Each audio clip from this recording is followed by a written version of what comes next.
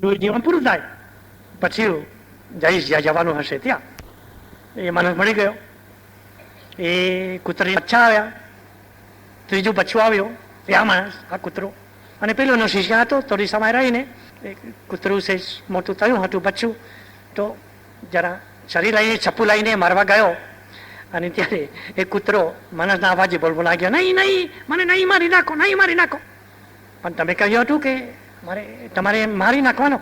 એવું માણસ હતો ત્યારે મેં કહ્યું એમ સમજીને કે કૂતરોનું જીવન ખરાબ હોય છે, પણ કૂતરોનું જીવન બહુ મજાનું હોય છે. કોઈ કામ નથી, ગમે ત્યાં જવાનું, ગમે ત્યાં રહેવું, મને રહેવા દો, જીવા દો. એટલે માણસનું જીવન કેવું છે, કદર નથી. કદાચ એ લોકોનું જીવન પણ મજાનું હોય. તો પછી મોક્ષની અપેક્ષા શા માટે ફરીથી મનુષ્ય યોનિની માગણી? ના, એવું નહીં. મોક્ષની અપેક્ષા તો એ છે, અપેક્ષા શબ્દ મને ગમતો નથી. અપેક્ષા એ ફરીથી ભવિષ્યની વાત આવી ગઈ. નહીં, હું એમ સમજુ છું કે મોક્ષ કે આપણને જે મળવાનું હશે, સ્વર્ગ કહું, જે કહું તે જે મળવાનું હશે, એને મળવાની એક રીત હોય છે. મારા હાથમાં જે છે અત્યારે એવું સારી રીતે જીવતો શીખું તો પછી જે આવશે તે સારું હશે. ફરીથી વર્તમાનની વાત. બીજો જન્મ સુધારવો હોય તો એક જ રીત છે તમારા હાથમાં, આ જન્મ સુધારો. ભવિષ્યને સુધારવું હોય તો વર્તમાન સુધારો. એ અપેક્ષા નહીં, આ છે.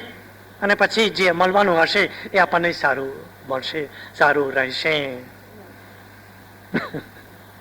આપણને કહ્યું માનવે ભવિષ્યની ફિકર ન કરવી જોઈએ, પરંતુ માનવ જે કોઈ કરે છે સર્વ ભવિષ્ય માટે જ હોય છે. સારું સારું સારું.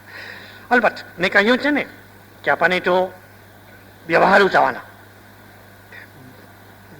ભવિષ્યની ચિંતા કરવાની નહીં.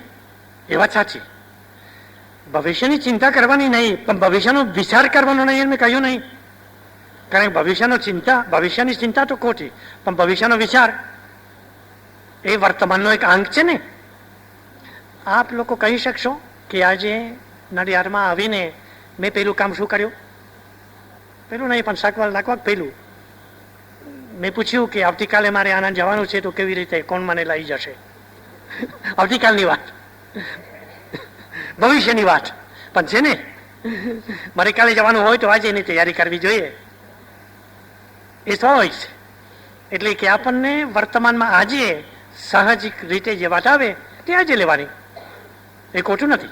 ચિંતા નહીં, વિચાર કરો. એ તો જરૂર કરીએ. પ્રશ્નો મને કહે છે કારણ કે બધા જ વાત ઉપર આવે છે. ફાધર તમે કહ્યું તે, એટલે હું જે બોલ્યો તે ઉપરથી પ્રશ્ન આવે એ સાચા પ્રશ્નો કહેવાય. એ મને બહુ ગમે છે. ફાધર તમે કહ્યું કે, કેવી રીતે કહ્યું? સહેલી વસ્તુ ના કરવી જોઈએ, પરંતુ અઘરી વસ્તુ કરવી જોઈએ. તો વસ્તુ સહેલી છે કે અઘરી તે કોણ નક્કી કરે? વસ્તુ સહેલી છે તે અઘરી તે કોણ નક્કી કરે? પ્રશ્ન સહેલો છે અઘરો તે કોણ નક્કી કરે? ગણિતનો કૂટ પ્રશ્ન સહેલો છે કે અઘરો તે કોણ નક્કી કરે? વિચારો વિદ્યાર્થી નક્કી કરે. કદાચ તમારા માટે સહેલો હોય, બીજાને માટે અઘરો થાય. બીજાને માટે અઘરો હોય તે બીજાને માટે સહેલો થાય. જેવી આવડત, જેવી તૈયારી. મેં જો આ પ્રકરણ બરાબર વાંચ્યું હોય તો મારા માટે આ પ્રશ્ન સહેલો. બીજા આ ભાગ કે આ પ્રકરણ બરાબર તૈયાર કર્યું નથી એની માટે અઘરો. જોયું ને કે આપણને કેવું પાલન હોય છે? કોણ નક્કી કરે? ભાઈ તમે જ નક્કી કરો છો. મેં શું કહ્યું પહેલે દિવસ? તમારું જીવન તમારે જીવવાનું છે ને, તમારે નક્કી કરવાનું છે. મને ગમે તે નથી ગમતું, ભાવે તે નથી ભાવતું, સહેલો છે અઘરો છે, કોણ નક્કી કરવાનું? તમારે નક્કી કરવાનું, બીજા કોઈને નહીં. મારું જીવન હું નક્કી કરું. હું જોઉં છું કે આને સહેલો કહેવાય કે આને અઘરો કહેવાય, અને અઘરું હોય તે મને વધારે ગમે.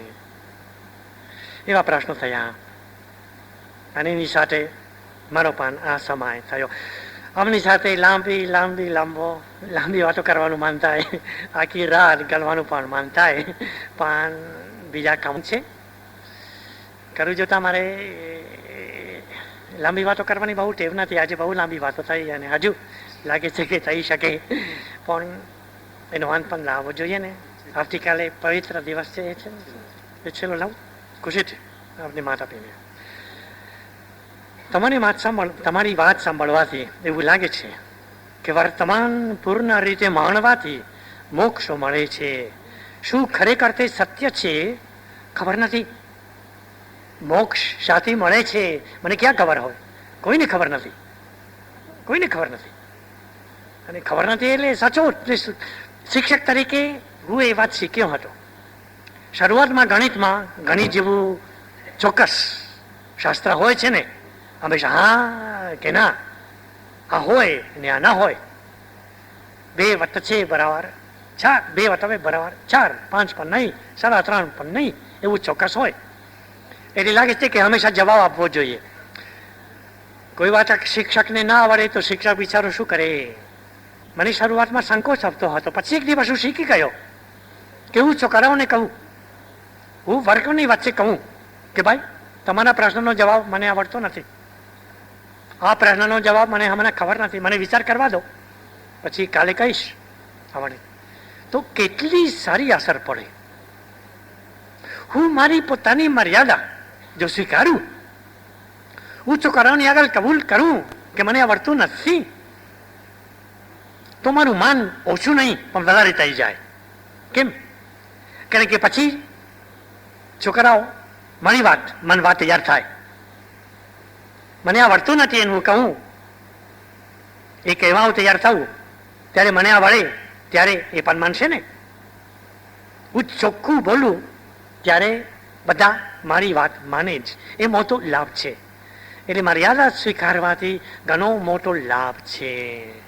અને જુઓ, આપણને ચોખ્ખું કહીએ કે મરણ પછી શું થાય, મોક્ષ કેવો, ક્યારે મળશે, શું કરવાથી મળે. મેં એક વાત તો કરીએ સાચી, હું સમજુ છું તે પ્રમાણે કહી દીધું કે જે કાંઈક મળવાનું હશે, જે કાંઈ બીજું જીવન હશે, જે કાંઈ મોક્ષ ભોગ હશે, એ જન્મ, એ અવસ્થા સુધારવા છે.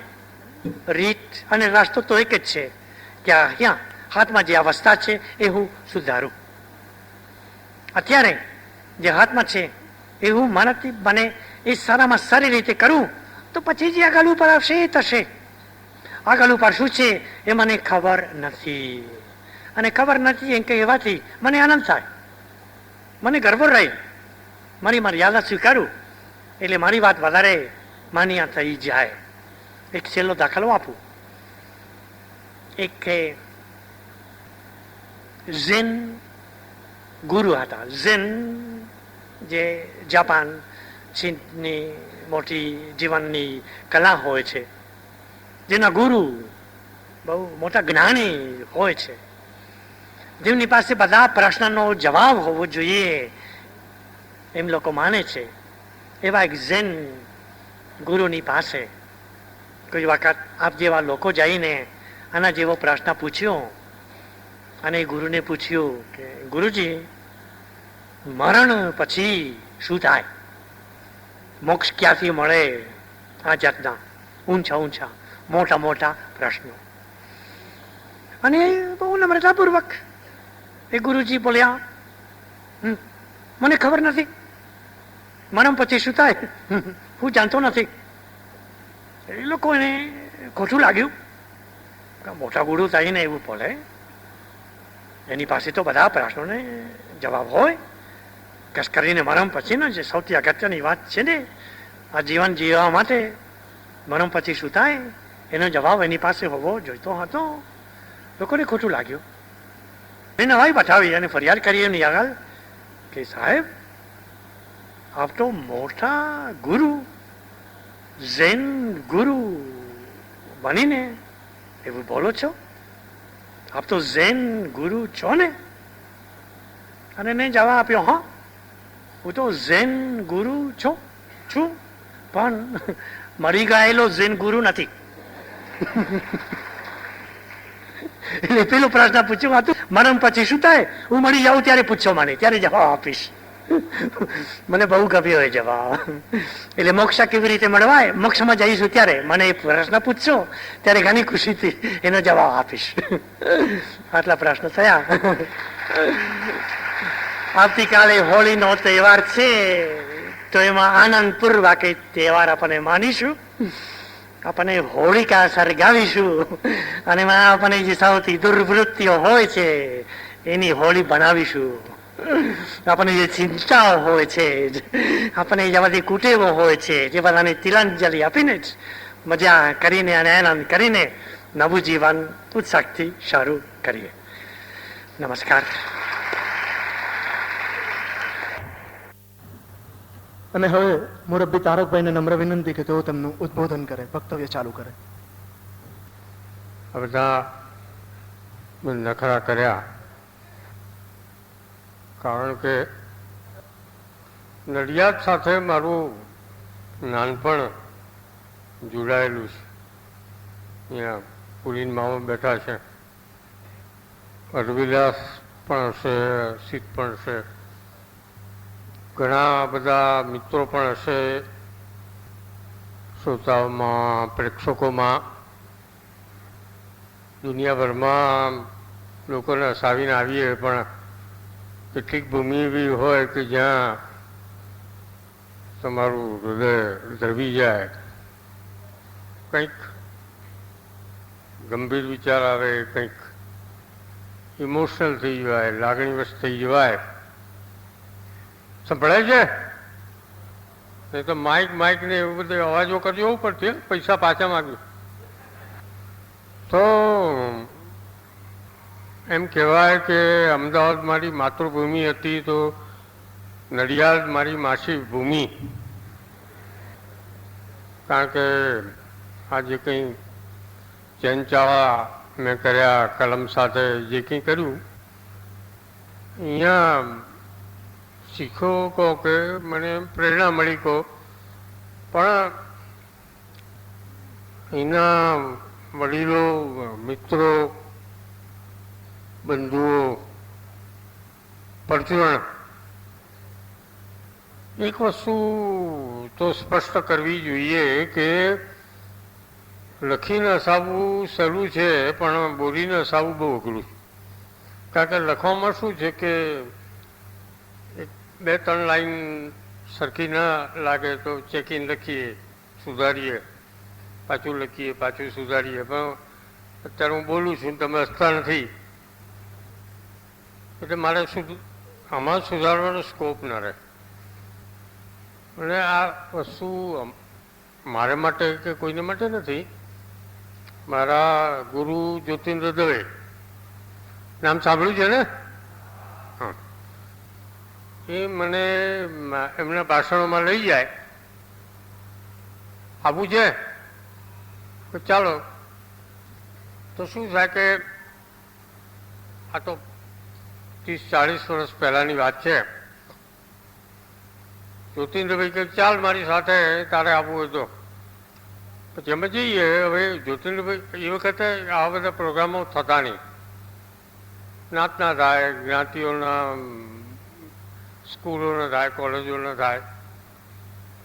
એક વાર જ્યોતિન્દ્રભાઈની સાથે હું ગયેલો, તો જ્ઞાતિનો પ્રોગ્રામ, તો જ્ઞાતિના પ્રમુખ ઊભા થયા. ભાઈઓ અને બહેનો, આજે આપણે ત્યાં આ જીતુભાઈ આપણને હસાવવા આવ્યા છે. પેલા બાજુવાળા એમનો જબ્બો ખેંચ્યો કે જીતુભાઈ નહીં, જ્યોતિન્દ્ર દવે છે, સાક્ષ બધું એકલું એક. તો આ શું કહ્યું, જ્યોતિન્દ્રભાઈ આપણને હસાવે, એમનો કોમિકનો પ્રોગ્રામ આપે. હવે જ્યોતિન્દ્રભાઈ આપણા મહાન સાક્ષર, પણ પેલો કંઈક કોમિકનો પ્રોગ્રામ આપે. એ પહેલાં મારે એક જાહેરાત કરવાની છે કે કેટલાક ભાઈઓએ જ્ઞાતિનું લવાજમ આપ્યું નથી. ભાઈઓને બહેનો, તમે નિયમિત લવાજમ ના આપો તો આવી રીતે કાર્યક્રમો કેવી રીતે થાય? આ લોકો કંઈ મફત નથી આવતા. એ લોકોને ટેક્સીના પૈસા આપવા પડે છે, એ લોકોને નાસ્તા અને ચાના પૈસા આપવા પડે છે, એમને ફુલાર કરવા પડે છે. એટલે ભાઈઓ અને બહેનો, આજે જે લોકોએ લવાજમના પૈસા નથી આપ્યા એમને જમાડવામાં નહીં આવે. જ્યોતિન્દ્રભાઈ મારા કાનમાં કે જે લોકોને આજે જમાડવામાં નહીં આવે તો આપણા લેક્ચરમાં હશે જ નહીં. તો ભાઈઓ અને બહેનો, જો તમે નિયમિત લવાજમના પૈસા આપશો તો આમનાથી પણ સારા વક્તાઓને આપણે બોલાવી શકીશું. જો આ સ્થિતિ જ્યોતિન્દ્રભાઈ જેવા સાક્ષાતની થતી હોય તો મારા જેવાની શું હાલત થાય? સારું છે કે તમે હસ્યા, થેન્ક યુ. પણ મારે પણ એવો એક પ્રસંગ સાંભળેલો. મુંબઈમાં કોઈ લેડીઝ ક્લબમાં મારા વાઈફના ફ્રેન્ડે કહ્યું કે તારકભાઈ આવવું જ પડશે, તારકભાઈ આવવું જ પડશે. તમે તો જાણો છો હું લેખક છું, વક્તા છું નહીં, અને વક્તાના શું હાલ થાય તો હમણાં મેં કહી દીધું. સારું ભાઈ, આવીશું તમે કહો છો તો. હવે લેડીઝ ક્લબમાં પ્રોગ્રામો બપોરે થાય, કારણ કે હસબન્ડ કામ પર ગયા હોય, છોકરાઓ સ્કૂલે ગયા હોય અને બધા પાછા આવે એની વચગાળામાં પ્રોગ્રામ થવા જોઈએ. હવે મહિને એકાદ વાર પ્રોગ્રામ થાય, વચગાળામાં બહેનોને ઊંઘવાની ટેવ પડી ગઈ હોય એટલે દોડતા દોડતા આવે, પેલા ફોન કર્યા હોય ને કે ભાઈ તારક મહેતા આવવાના છે એટલે આવવું જ પડશે, આવવું જ પડશે. હવે તારક મહેતાને કોઈ ઓળખતું ન હોય, કોઈ વાંચતું ન હોય, પણ લેડીઝ ક્લબમાં અમુક હાજરી તો થવી જોઈએ, નહીં તો ક્લબ કેમ ચાલે? હું તો ઊભો થયો બોલવા માટે. હવે બહેનો બિચારી બધી દોડતી દોડતી રસોડામાંથી હાથ લૂંટતી લૂંટતી આવી હોય, અડધી ઊંઘમાં હોય. એ વખતે મોરારી બાપુનો કંઈક ચોપાટી પર પ્રોગ્રામ ચાલતો એટલે મેં બહેનોને પૂછ્યું, મેં કહ્યું બહેનો, હું કટાક્ષના મૂળમાં હતો કે રામાયણની હિરોઈન કોણ? તો કોઈ જવાબ ના આપ્યો.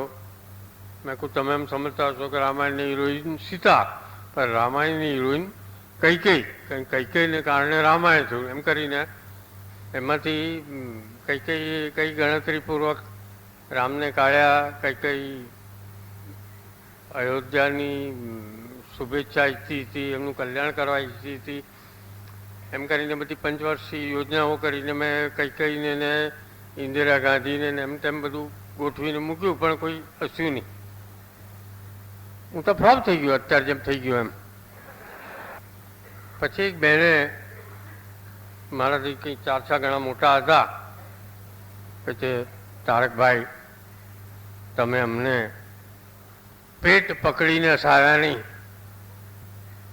મેં એમની સામે જોયું.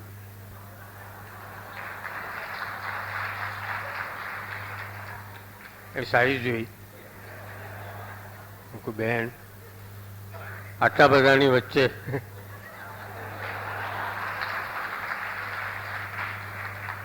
મારાથી તમને પેટ પકડીને કેમ હસાવાય?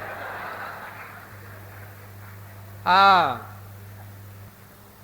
બોલીને અગર હસાવવું અઘરું છે, પેટ પકડીને હસાવવું અઘરું છે. કોઈક વાર તો એવું ઓડિયન્સ મળે કે આપણને એમ થાય કે નીચે જઈને આ કુલીન મામાને ગલી કરીને કે કુલીન મામા મારી લાજ રાખો, તમે હસો, એવી સ્થિતિ થતી હોય છે. પણ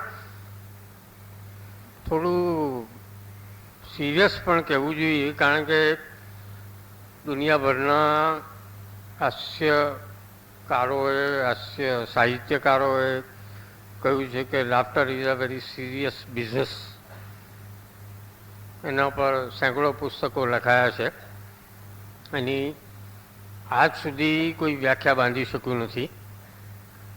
જેમ બે અંગૂઠાની ઇમ્પ્રેશન સરખી ન હોય એમ બે માણસો કયા વિષય પર હશે એ પણ નક્કી થઈ શક્યું નથી. પણ આપણે એટલું બધું લાંબે જવાની જરૂર નથી. આપણે તો એક જ વિષય પકડી લઈએ કે એની બધી ફ્રોઈડની થિયરી છે, સેક્સની થિયરી છે, પણ આપણને અત્યારે જે સમાજમાં સમુદાયમાં રસ પડે એવી વાત કે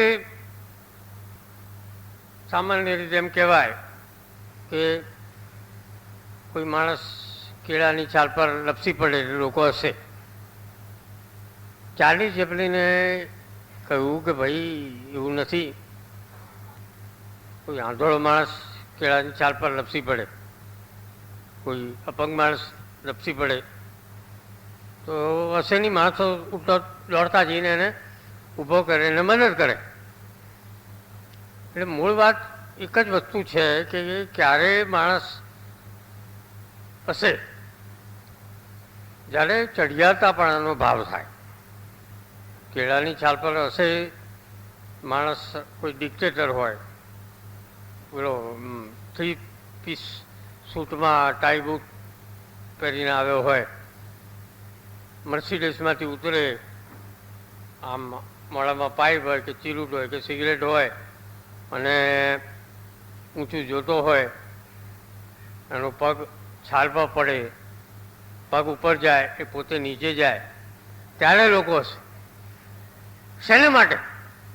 કારણ કે તમને એવો ચડિયાતાપણાનો ભાવ થાય, સુપિરિયરિટી, કે આપણે આ છાલ જોઈતી, આ ટુણિયાટ આટલા બધો ઠઠારો કરીને આવ્યો, આટલો વટ પાડીને આવ્યો, એને આ દેખાયું નહીં. એમાંથી સૌથી વધારે જોક્સ, અત્યારે તો આપણે જોક્સ જ કહેવાની છે, આ ટાઈમે તમને કંઈ લાંબી લાંબી વાર્તાઓ કે લાંબુ લાંબુ વાર્તામાં રસ ન હોય. સરમુખ હત્યા હિટલર હોય, મુસોલિની હોય, ગમે હોય, મારો જે ફેવરિટ ટૂચકો માણસોને સરમુખ હત્યારો પ્રત્યે અતિશય ધિક્કાર. આપણી બાંગ્લાદેશ જોડે વોર ચાલતી, બાંગ્લાદેશ જોડે એટલે બાંગ્લાદેશ માટે પાકિસ્તાન જોડે. યાહ્યા ખાન એવું કહેતો પ્રેસિડેન્ટ, પાકિસ્તાનમાં એક મુસલમાનને ત્યાં બિલાડીને બચ્ચા આવ્યા. બચ્ચા આવ્યા તો આવ્યા, આ બચ્ચા પેદા થઈને બૂમો મારવા મળ્યા, પાકિસ્તાન જિંદાબાદ, યાહ્યા ખાન જિંદાબાદ, પ્રેસિડેન્ટ જિંદાબાદ. પેલા સામાન્ય મુસલમાનને તો થઈ ગયું, આપણે તો 70 પેઢી તરી જાય એવો ચમત્કાર થઈ ગયો. તો દોડતો દોડતો ગયો પ્રેસિડેન્ટને બંગલે. ત્યાં પેલા સંતરીઓ, જે ચોકીદારો, પહેરેગીરો, ગાર્ડ હોય, એને રોક્યો, એ કિધર જાતા હે? કે સાહેબ અમારે ત્યાં તો આવા બચ્ચા આવ્યા છે, આવી બૂમાબૂમ કરે છે. એટલે કે આ પાગલ જેસી વાત કરતા હે. એટલે કે આવીને સાંભળો. આખો સ્ટાફ ત્યાં ગયો, બચ્ચાઓ બૂમ પાડે, પ્રેસિડેન્ટ જિંદાબાદ, યાહ્યા ખાન જિંદાબાદ, પાકિસ્તાન જિંદાબાદ. બધા પાછા આવ્યા. પછી તો વાત યાહ્યા ખાન સુધી પહોંચી કે શું વાત છે, લઈ આવો અહીંયા બચ્ચાઓને. બચ્ચાઓને એમની સામે લઈ આવવામાં આવ્યા. પેલા એ સળી કરી, બચ્ચાઓ બોલ્યા પાકિસ્તાન જિંદાબાદ, યાહ્યા ખાન જિંદાબાદ. પેલો કહે છે આપણે અત્યારે ઇન્ડિયા સામે હારી રહ્યા છીએ અને અમેરિકા ચંદ્ર સુધી પહોંચી ગયું, જાપાનમાં આટલી પ્રગતિ થઈ ગઈ, દુનિયાભરમાં આટલા બધા ચમત્કારો બની રહ્યા છે, ત્યારે આપણે ત્યાં આવું બની રહ્યું છે તો આપણે દેખાડવું જોઈએ. આપણે એકલા બેસીને સાંભળ્યા કરીએ એ ખોટું. એટલે નક્કી થયું કે નક્કી દિવસે બધાને બોલાવવા, દુનિયાભરમાં નેતાઓને બોલાવો, કંકોત્રીઓ છાપો, નિમંત્રણ પત્રકો. એક દિવસ નક્કી થયો, તારીખ છપાઈ ગઈ કે ભાઈ આ દિવસે અહીંયા આવો કાર્યક્રમ છે. દુનિયાભરમાં ઇન્વિટેશન્સ ગયા અને બધાને નવાઈ લાગે કે સારું આપણે આટલા બધા આગળ વધી ગયા છીએ, તો આવું આપણે સાંભળ્યું નથી કે આપણા પાકિસ્તાનમાં આવો ચમત્કાર થાય. એટલે પ્રેસિડેન્ટો આવ્યા, એમ્બેસેડરો આવ્યા, પ્રાઇમ મિનિસ્ટરો આવ્યા, બધું ભેગું થયું. એ વખતે તો રાવલપિંડી હતું, મોટો સામિયાણો બંધાયો, શણગાર થયા, બિલાડીના બચ્ચાને બધા વાઘા કરવામાં આવ્યા, બધું તૈયાર થઈ ગયા. પછી કે છે ચલો પડદા ઉઠાવો. વ્યાય ખાન સાહેબે કહ્યું પડદા ઉઠાવવામાં આવ્યા. પેલો આવીને કે છે બોલો. બચ્ચાઓ કે છે પાકિસ્તાન મુર્દાબાદ, યાહયા ખાન મુર્દાબાદ, પ્રેસિડેન્ટ મુર્દાબાદ. યાહયા ખાન સાહેબ તો સળગી ગયા, રિવોલ્વર કાઢી ગઈ. તમને ક્યાં શીખાયા? પેલા મુસલમાનને કહે છે કે સાહેબ હું શું કરું, આ તો બિલાડીના બચ્ચા છે, 10 દિવસ સુધી આંધળા હોય.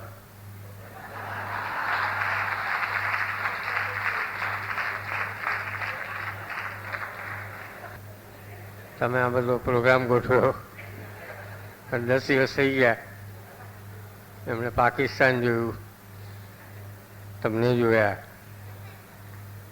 બિલાડીના બચ્ચાને તો કોઈ ટ્રેન કરી શકે નહીં, પોતાની વાત જુદી છે.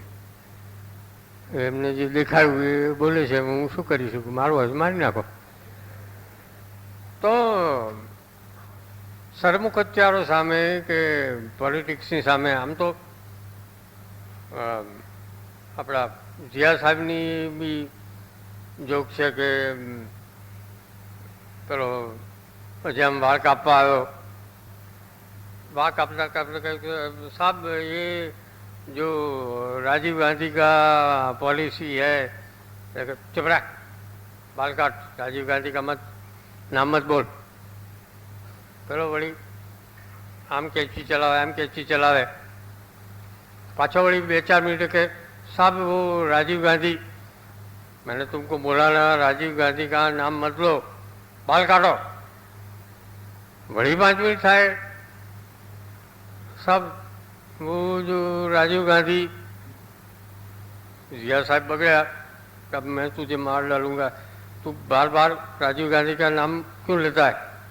तो साहब आपके सर पे 2-4 बार है, जितनी बार मैं राजीव गांधी का नाम लेता हूँ तो बाहर खड़े हो जाते हैं, तो काटने में आसान होता है.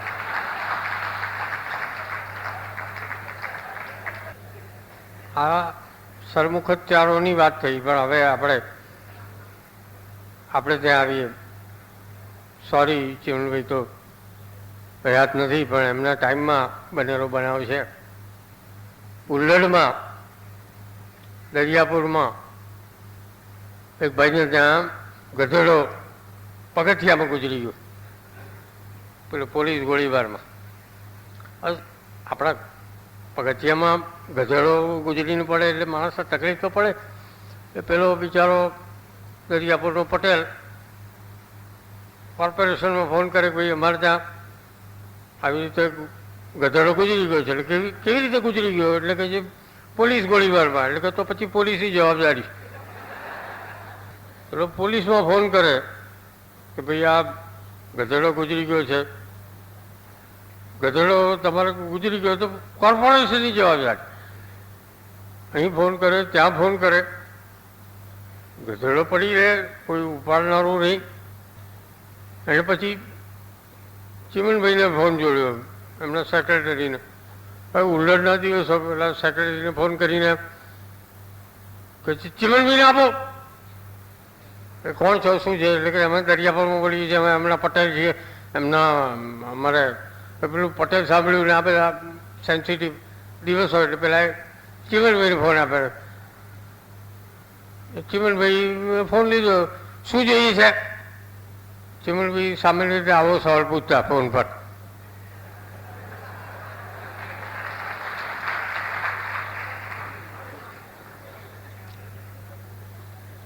સાહેબ અમારે કંઈ જોઈતું નથી, અમારા પગથિયામાં એક ગધેડો ગુજરી ગયો, મને શું કામ ફોન કર્યો?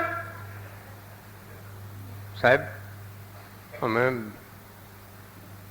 ફોન કર્યો, કોર્પોરેશનમાં કર્યો, પોલીસમાં કર્યો, આ તો શું છે? પછી એ જે અમે ત્યાં ફોન કર્યો તો કે જે કોર્પોરેશનની જવાબદારી છે, કોર્પોરેશને ફોન કર્યો તો કે પોલીસની જવાબદારી. હા, પણ તમે મને શું કામ ફોન કરો? એટલે સાહેબ, આપણામાં રિવાજ છે કે કુટુંબમાં કોઈનું મરણ થાય તો બધા સગાઓને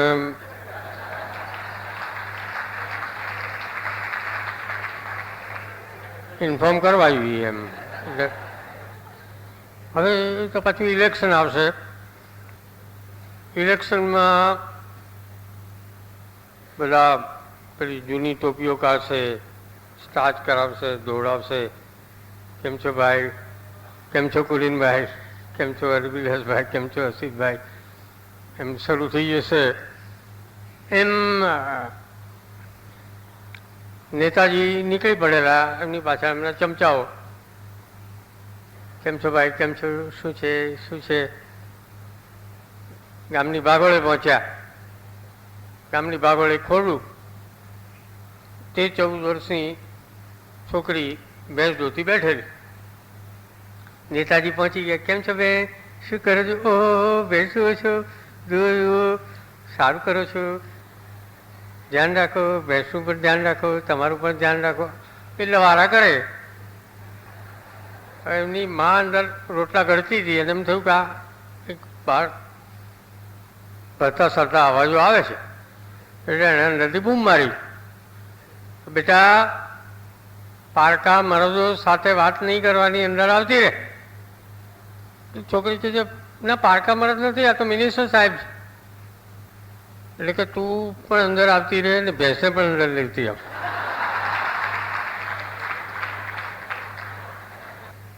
આ રાજકારણની વાત થઈ. હ્યુમર વસ્તુ એવી છે કે નબળાઈ પર પ્રહાર કરવાનો હોય. વિનોદ વૃત્તિ આજનો વિષય છે. સર્વ રોગોનો રામબાણ ઇલાજ. અમેરિકામાં નોર્મન કઝિન્સ નામના માણસને ડૉક્ટરોએ કહી દીધેલું કે હવે તમે બચવાના નથી, તમને અસાધ્ય રોગ છે. ત્યારે એ માણસ એમ થયું કે હવે મારે બચવાનું નથી, તો બધી દુનિયાભરની કેસેટો, ફિલ્મો બધું લઈ એણે 5 સ્ટાર હોટલમાં રૂમ રાખ્યો અને રાત દિવસ કોમેડી પ્રોગ્રામ જોયા કરે. એમાં સાજો થઈ ગયો. એના ઉપર એણે પુસ્તક પણ લખ્યું. એ પુસ્તક ઉપર અમેરિકામાં આજે હોસ્પિટલોમાં હ્યુમરના, લાફ્ટરના, હાસ્યના પેલા આપણે શું કહીએ વોર્ડ, હોસ્પિટલમાં એ વોર્ડમાં પેશન્ટોને હાસ્યથી પણ ટ્રીટ કરવામાં આવે છે. એની રિસર્ચ ચાલી રહી છે. પણ આપણે જો અત્યારે આપણી પાસે એટલો બધો સમય નથી, પણ મૂળ થીમ એ છે કે હાસ્ય વસ્તુ તમને કેવી રીતે ક્યોર કરે કે તમે તમારી જાત તરફ હશો. આપણે અત્યારે રાજકારણ પર હસ્યા, સમાજ પર, વર્ગો પર, જ્ઞાતિ પર. આપણે સરદારજીઓના જો ઉપર હસીએ, પેલો સરદારજી હેલિકોપ્ટરમાં ઉપર ગયો, હજી તો ઉપર ગયો નથી ને પાછો પછડાયો. બધા દોડતા દોડતા ગયા, सरदार जी क्या हो गया? हेलीकॉप्टर में ऊपर गया सर. एक ऊपर गया तो ठंडा ठंडा हवा आने लगा तो हमने पंखा बंद कर दिया. एक सरदार जी अमृतसरથી નીકળેલો બોમ્બે સેન્ટ્રલ પર ઉતર્યો, પાછો ટ્રેન પકડીને अमृतसर गयो. क्योंकि सरदार जी बम्बई गया था, वापस आ गया 24 घंटे में. क्या करेगा? उधर बाहर निकला तो बोर्ड मारा था बॉम्बे डाइंग. આ વસ્તુ શું છે કે ખોળ ખામી મૂર્ખ બનાવવાની વસ્તુ છે. સરદારજીની ક્યાં હ્યુમર છે એ તમને કહું, જે જોક નથી. કે એક બસની લાઈનમાં બધા ઊભેલા અને એક સરદારજી દોડતો દોડતો આવ્યો. બધા ઊભેલા અને આગળ ચડી ગયો એટલે કે એ બધા બૂમ મારે, સરદારજી પીછે, सरदारजी पीछे, सरदारजी पीछे. बोलो सरदार जी के जब वॉर होती है जब वॉर होती है तो बोलते हैं सरदार जी आगे, सरदार जी आगे। अब बस पकड़ना है तो सरदार जी क्यों पीछे जाएगा? આ માણસોની કેરેક્ટરિસ્ટિક હોય, લાક્ષણિકતા હોય. એક સરદારજી ને બંગાળી ફર્સ્ટ ક્લાસમાં મુસાફરી કરી રહેલા, બે જ જણા ડબ્બામાં. બંગાળી એના કામમાં બેસી રહેલો. બે જણાનો ટાઈમ કેમ જાય એટલે સરદારજીને જરાક સણકવું પડે, એટલે કે तुम बंगाली लोग अपने आप को बहुत इंटेलिजेंट समझता है. પેલા બંગાળી થયું કે सरदार जी ने शू तकलीफ थी भगवान जाने के. देखिए सरदार जी, हम लोग तो बोलते नहीं कि हम इंटेलिजेंट है. इंडिया में सब लोग बोलते हैं कि बंगाली लोग इंटेलिजेंट है, तो हम बोलते हैं हमको कुछ वादा नहीं है, हम इंटेलिजेंट. पाचा सरदार जी शांत थी गया. पाचो थोड़ो वक्त थो, तुम कैसे इतना इंटेलिजेंट होता है? पर बंगाली के जो, देखिए सरदार जी, आप लोग मच्छी नहीं खाते, हम बंगाली लोग मच्छी खाते. और मच्छी का जो मुंडी होता है, मत्था होता है, उसका ऊपर का सर, उसमें बहुत प्रोटीन होता है. हम वो खाते हैं तो हमारा दिमाग में प्रोटीन ज़्यादा है, हम लोग बहुत तेज दिमाग के होते हैं. હવે સરદાર, પંજાબના સરદારો મચ્છી તો ખાય નહીં, એટલે મૂગા મૂગા બેસી રહ્યા સરદારજી. પછી બપોર થઈ, બંગાળી તેનું ટિફિન કાઢ્યું, અંદર મચ્છી બચ્છી બરાબર. अरे सरदार जी, क्या तुम हमको मच्छी बेचेगा? क्यों नहीं बेचेगा? हम तो व्यापारी आदमी है, आप पैसा देंगे तो बेचेगा. मच्छी का कितना लेगा? मैं कहा 200 रुपया. ठीक है लाओ. चलो मिलिट्री ऑफिसर 200 रुपया काढ़ने आपी दीधा ने माछली लीधी. और जने जिंदगी में माछली न खाधी हो, माछली तो कोई खाई न सके. लीता तो लीधु, पछी आम करता करता कई बटकू मोढ़ा मूक्यू, थू थू थू करी नाख्यो. पछी हे बंगाली, लेकिन क्या है साहब, तुम हमको उल्लू बनाता है, क्या हो गया? इतना मच्छी का 200 रुपया? देखा ना साहब, आपने कभी खाया भी नहीं, सिर्फ मुंह में रखा, आपका दिमाग चलने लगा.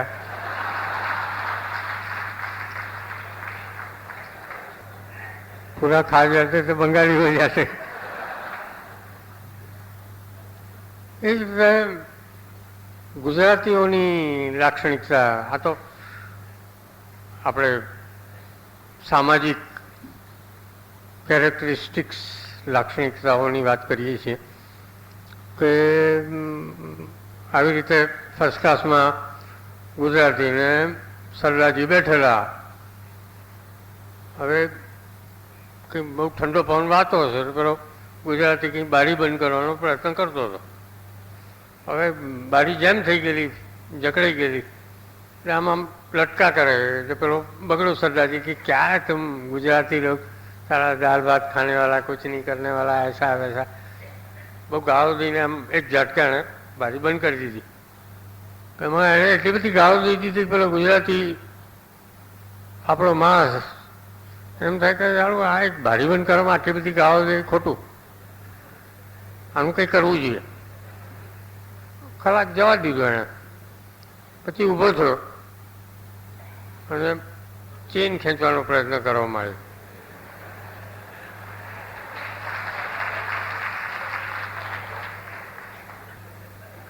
મને લાગે યાર આ ટૂચકો તો પૂરો કરવાનો હોય નહીં. પેલો આમ કરે, क्या तुम दाल भात करने वाला કરી. पाचो रेलवे वाला आया ત્યાં સુધી ये सरदार जी ने खबर न पड़े कि आने मैंने बनावे. हमने खींचा क्या है? એવી રીતે તો ગુજરાતી દારૂ પીને એની પાર્ટીમાં જતો હતો અને સરદારજી અડફટમાં આવી ગયો. હવે ડ્રંકન ડ્રાઇવિંગ તો બહુ સિરિયસ ગુનો ગણાય. એમ થયું કે આ સરદારજી, એટલે નીચે ઉતરીને દોડી ગયો કે સરદારજી ક્યાં હો ગયા, એટલે કે મર ગયા ऐसा लग गया, એટલે કે ठहरो सरदारजी तुम ये बोतल में से थोड़ा पियो, मैं हॉस्पिटल में से डॉक्टर को बुलाता हूँ. એમ કરીને એણે તો વધી ઘટી વિસ્કીની બાટલી સરદારજીને હાથમાં આપીને પછી પોલીસને બોલાવ્યા કે આ પીતા પીતા પડી ગયા. આ બધા ગુજરાતીઓના લક્ષણ.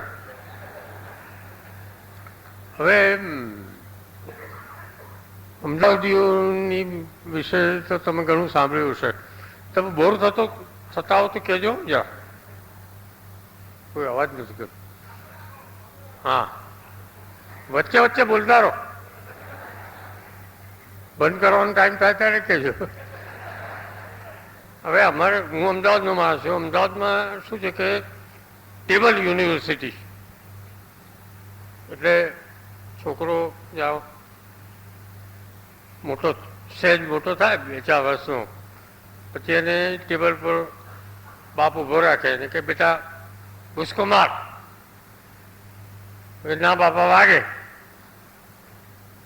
ઉસકો માર કહ્યું ને, ના બાપા વાગે. હું બેઠો છું ને હું તને જીવી લઈશ. છોકરાએ ભૂસકો માર્યો, બાપાએ જીવ્યો નહીં. પેલા ઢીચણ છોલાઈ ગયા, માથામાં ભાગ્યું ને આમ ભાગ્યું ને કાકા મરી ગયો આ વાગ્યું. એટલે માંદથી રસોડામાંથી દોડતી આવી. કાશું માર્યું છે અત્યારે છોકરાને કેમ રડાવો છો? બાપ કહે છે કે એને ટ્રેન કરું છું કે સગો બાપ કહે કે ભૂસકો મારતો એ ધંધામાં એ ભૂસકો નહીં મારવાનો. કોઈ પણ ક્યારે કહે કે ભૂસકો માર, સગો બાપ કહે કે એમાં ભૂસકો નહીં મારવાનો. એ અમારી અમદાવાદ યુનિવર્સિટીની એ છે પેલો વાળ કપાવવા જાય તો છોકરાને કહે કે બેટા વાળ કપાવો છે, એટલે કે મફતમાં કપાવવા તો આવું છે, એટલે કે ચાલ મારી સાથે. પછી પેલા જમતા જે આવે પોતે વાળ કપાવે, પછી આ બાબાને વાળ કાપો ત્યાં સુધી હું આવું છું. હવે આ બધી શું છે કે ચીરા ચાલુ જોક છે. હું આ કથા કહેવા નથી માગતો, કારણ કે હું કહેવા શું માગું છું કે હ્યુમર જેને કે તમને ક્યારેય કઈ કયો તુચકો યાદ રહે, જેમ યાયા ખાનનો તુચકો યાદ રહે.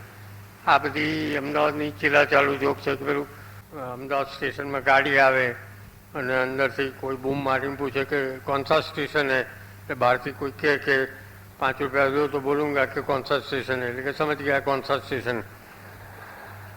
આ બધી બહુ ચીલા ચાલુ જોક છે. પણ જે મને અમદાવાદીની કુને, અમદાવાદી શબ્દ એટલા માટે વાપરું છું કે અમદાવાદીના લેબલે લાગી ગઈ છે. આમ તો આપણી ગુજરાતીઓની કુને છે કે એક અમદાવાદી સવારની ગાડીમાં મુંબઈ જવા નીકળ્યો.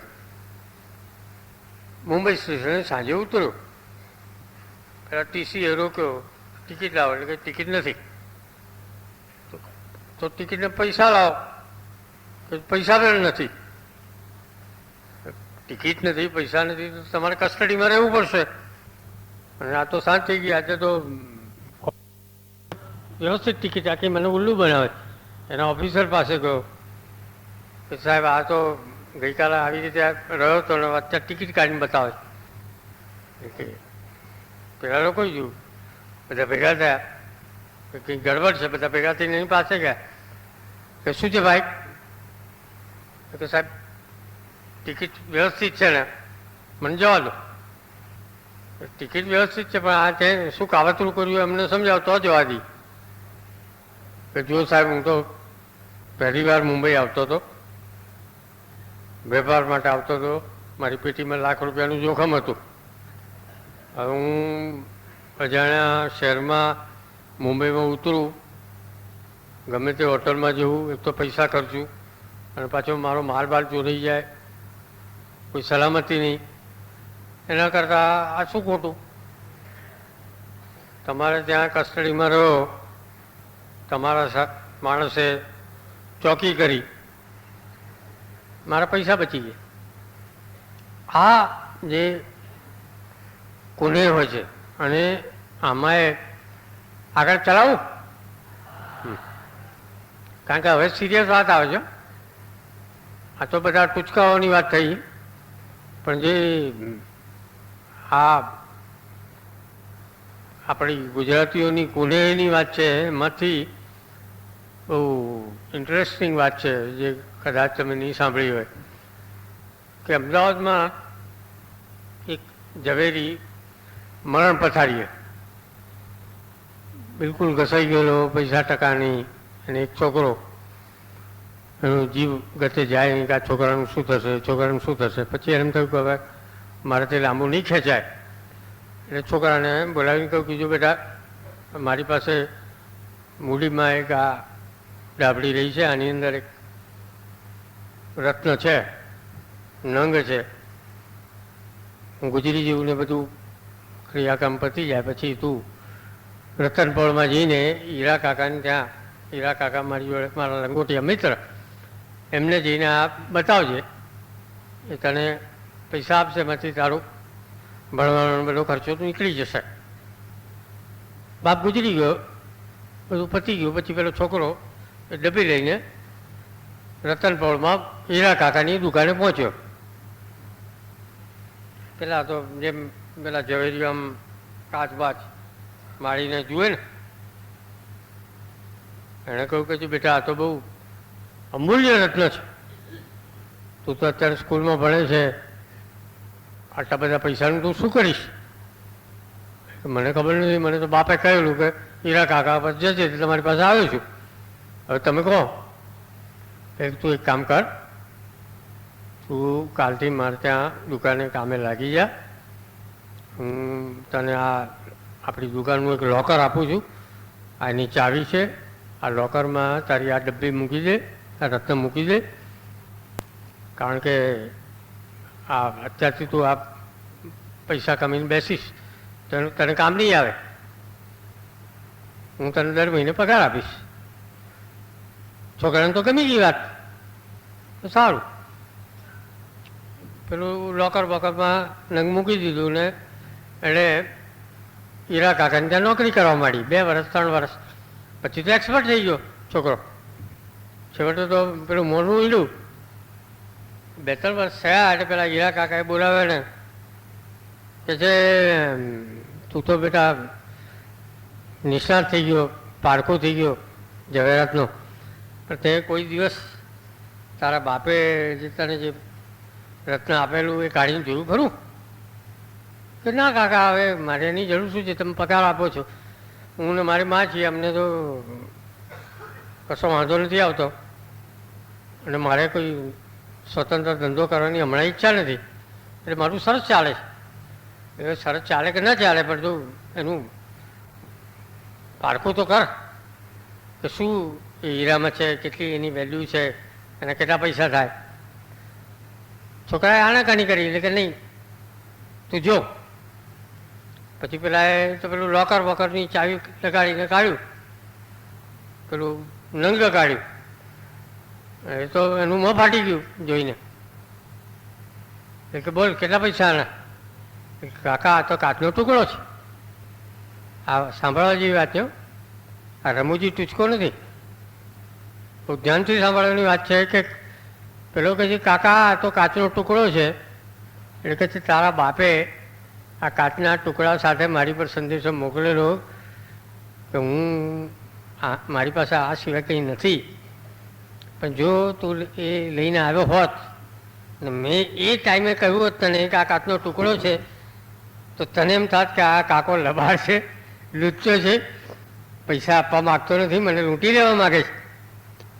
હું સમજી ગયો કે આ તારા બાપે મને સંદેશો મોકલ્યો કે મારા છોકરાને તમે ટ્રેન કરજો અને ઝવેરી બનાવજો. આ ગુજરાતી સ્ટાઇલમાં દુનિયાભરમાં કોઈ આ આપણી ભાષા કોઈ જગ્યાએ ચાલતી નથી. એમાં પછી આપણે ડોલરો પર મોકલીએ છીએ, ફોરેન એક્સચેન્જના ધંધા કરીએ છીએ, પણ નરસિંહ મહેતાની ઊંડી આ રીતે સ્વીકારતી હતી કાચના ટુકડા પર પણ ગુજરાતી ધંધો કરતો હતો. આ વસ્તુઓ દરેક ભાષાઓમાં અદ્ભુત હોય છે. પછી સાહિત્યમાં આવીએ, આપણે પ્રશ્નોત્તરી છે ને કોલિંગમાં, પ્રશ્નોત્તરી રાખી છે ને? હા હા, મારે આજની ટ્રેન પકડવાની. એક એબસન્ટ માઇન્ડેડ પ્રોફેસર હતો, એવો એબસન્ટ માઇન્ડેડ કે લગ્ન કરવાનું ભૂલી ગયેલો, યાદ જ ના આવે કે પરણવા જેવું. એકલો રહે અને રોજ સવારે કોલેજ જાય ત્યારે તકલીફ થાય, ચંપલ જડે નહીં, ચશ્મા જડે નહીં, ટાઈ જડે નહીં, કપડાં જડે નહીં, બૂટ જડે નહીં. કંટાળીને પછી એણે એક પદ્ધતિ શરૂ કરી. રોજ રાતે લિસ્ટ બનાવે, મેં ચશ્મા અહીં મૂક્યા છે, પેન અહીં મૂકી છે, બૂટ અહીં કાઢ્યા છે અહીં, અને હું પથારીમાં છું. બીજે દિવસે સવારે એને બધું જડે, એક એક ચીજ જડે, પણ એને હું ન જડે. તમે તો હસ્યા, આપણે બધાનો આ પ્રોબ્લેમ છે કે આપણે સવારથી નીકળી પડીએ ધંધો કરવા. માણસો એક્સપોર્ટ કરે, ઇમ્પોર્ટ કરે, સ્મગલિંગ કરે કે ગમે કરે, સાંજે રાત પડે આપણને આપણો હું નથી જડતો હતો. તમે તમારી ઊંઘની શોધમાં રહેજો. અને હવે વિનંતી કરું કે જરા પ્રશ્નો પૂછો, કારણ કે મને એમ કહેવામાં આવ્યું કે અહીંયા લેક્ચર કરતાં પ્રશ્નોત્તરી લાંબી ચાલે છે. પ્રશ્નોત્તરી લાંબી નહીં ચાલે તો પાછું હું ભાષણ કરવા ઊભો થઈશ. So you are welcome and thank you.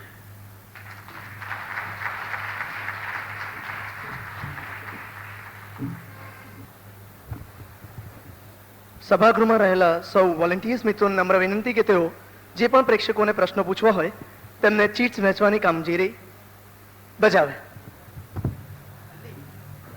Volunteers મિત્રોને નમ્ર વિનંતી કે તેઓ તેમના પ્રશ્નો જમણી બાજુએ જમા કરાવતા જાય, અને પ્રશ્નો આવે ત્યાં સુધી, પ્રશ્નો અહીં આગળ આવે ને સોર્ટિંગ થાય ત્યાં સુધી એક નાનેરી વિધિ પતાવવાની તમારી પાસે રજા લઉં છું. અમારા કેટલાક મિત્રો એવા પણ છે કે જેમને આ તબક્કે અમે ભૂલી શકીએ એમ નથી. તેમાંના ઘણા બધા મિત્રો જે બાલ્કનીમાં બેઠા છે, સ્પેશિયલી એમને અનુભવ હશે કે આપ બહારની રોમાં ઊભા હશો અને આપને અંદર આવવા માટે ડેઇલી પાસ જોઈતો હશે, ત્યારે જરા પણ ગુસ્સે થયા વગર, જરા પણ તકલીફ આપને આપ્યા વગર જેમણે સેવા બજાવી છે તેવા શ્રી નીરજભાઈ મોદીને હું મંચ ઉપર આવવા વિનંતી કરું છું. તદુપરાંત રોજે રોજના વક્તાઓ જે વક્તવ્ય આપે છે તે આપને જ્યારે સાંભળવાનું મન થશે એની કેટસેટ્સ તૈયાર કરાવવાની, લાવવાની, રેકોર્ડિંગમાં આપવાની અને કાર્ય બજાવવાની જે પણ સેવા આપી છે તેવા બિમલ પટેલને પણ હું વિનંતી કરું કે તેઓ જમણી બાજુ સ્ટેજ ઉપર આવે. અને હાઉસ મેનેજમેન્ટની અંદર તમે જે પણ વહીવટ અત્યારે જોઈ રહ્યા છો, જે અમારા સ્વયંસેવકો છે એ સ્વયંસેવકો પૈકીના દિનેશ પટેલ, ચંદન કિશોર શાહ અને એ સૌ સ્વયંસેવકોને એક સાંકળે સાંકળનાર શ્રી નિખિલેશ પંડિત, આટલા વ્યક્તિઓને મારી નમ્ર વિનંતી છે કે તેઓ મંચ ઉપર આવે. નંદિતાબેન આપને વિનંતી કે આપ ટ્રે પર કલગી લઈને આવો, અને તારકભાઈ આપને હું વિનંતી કરું, મુરબ્બી તારકભાઈ, કે આ સભ્યોનું આપ પુષ્પગુચ્છથી સ્વાગત કરો. હું આશા રાખું કે આપ તાલીઓથી વધાવી લેશો પ્લીઝ. આ સ્વાગત વિધિ થતો રહે ત્યારે જ હું બીજા 4 બહેનોનો અત્રે આભાર માનવા માંગુ છું. તેમાં એક તો જે ટ્રે લઈને ઊભા છે તે કુમારી નંદિતા ઠાકુર, કુમારી અરુંધતી શાહ, નંદિનીબેન મહેતા અને અમારી નાની વાલી છોકરી રિંકુ. આ 4 જણા જો આજુબાજુમાં ક્યાંક હોય તો તેમને વિનંતી કે તેઓ મંચ ઉપર આવે. કુમારી નંદિતા ઠાકુર, કુમારી અરુંધતી શાહ, નંદિનીબેન મહેતા અને રિંકુ, આ 4 બહેનોને વિનંતી કે તેઓ મંચ ઉપર આવે. નંદિતાબેન પુષ્પગુચ્છ, કુમારી અરુંધતી શાહ અને નંદિનીબેન મહેતા.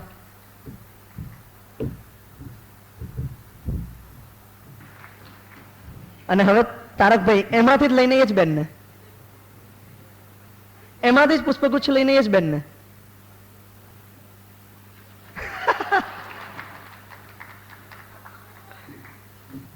તો આ નાનેરું ફંક્શન હું અહીં આગળ પૂર્ણ થયેલું જાહેર કરું છું અને પ્રશ્નો સોર્ટ આઉટ થયા છે. પ્રશ્નો પૂછાતા જાય. મુરબ્બી તારકભાઈ, આપ આવી શકો છો. પ્રશ્નો ત્યાં આવી ગયા છે, આપને પૂછે ને આપ જવાબ આપશો. આવી જાઓ મેદાનમાં. પહેલી વાત એ ધ્યાન રાખજો કે અત્યાર સુધીમાં મારી જોડે 287 પ્રશ્નો છે. હા, 287 પ્રશ્નો મારી સાથે અત્યાર સુધીમાં આવી ગયા છે. એટલે ઓછા કહેવાય. મેં 365 એક્સપેક્ટ કર્યા હતા. એકાદ વર્ષ અહીંયા રહેવું પડે, એક જવાબ આપો. તમે હવે માત્ર એકાદ કલાક જ રોકાવાના છો. મારે આખી જિંદગી આ ગામમાં કાઢવાની છે. આ ગામના રસ્તાઓમાં ફરવાનું. ચિંતા નહીં કરો, હું તને 800 આપીશ. મારી જોડે આવતો રહેજે આજે.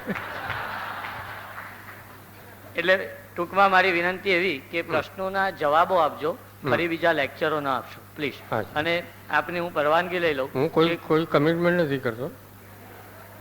કોઈ અંગત પ્રશ્ન હોય તો હું પૂછી શકું છું. હા, તો બધું પહેલો જ પ્રશ્ન અંગત જ પૂછવાનું.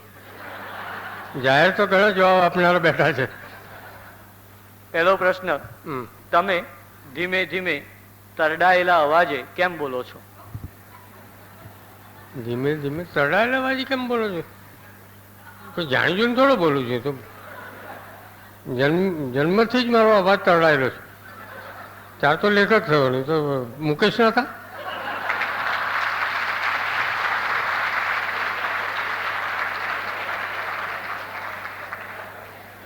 બીજો પ્રશ્ન, હાસ્યેતર વિષય સાથે કલમ ન અજમાવીને આપે અન્ય સાહિત્ય પ્રકારને અન્યાય કર્યો છે એવું તમને નથી લાગતું? શું? આ હાસ્ય સાહિત્ય સિવાયના બીજા અન્ય સાહિત્યને તમે અન્યાય કર્યો છે એવું આપને નથી ના, એ લાગતું? તો બચી ગયા બધા. તારકભાઈ, શું આપને થાક લાગ્યો એટલા માટે પ્રશ્નોત્તરી ચાલુ કરી છે? ધીરે ધીરે પૂછ મને. શું આપને થાક લાગ્યો એટલા માટે પ્રશ્નોત્તરી ચાલુ કરી છે? હા. આપ નડિયાદના યુવાનોને શું સંદેશો આપવા માંગો છો? નડિયાદના યુવાનોનું ક્યાં આખી વાતમાં કોઈ પણ યુવાનોનો સંદેશો આપવા માંગતો જ નથી. નડિયાદના હોય કે અમદાવાદના હોય કે, કારણ કે એ લાઈન જ ખોટી છે. સંદેશો આપવાની લાઈન જ ખોટી. ગાંધીજીની લાઈનમાં પેલી માયાવતી ઘૂસી ગઈ એમાં.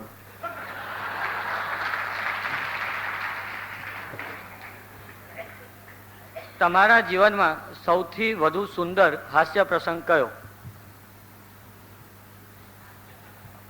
હાસ્ય પ્રસંગ સુંદર ના હોય કોઈ દિવસ. હાસ્ય પ્રસંગ હંમેશા કરુણ હોય.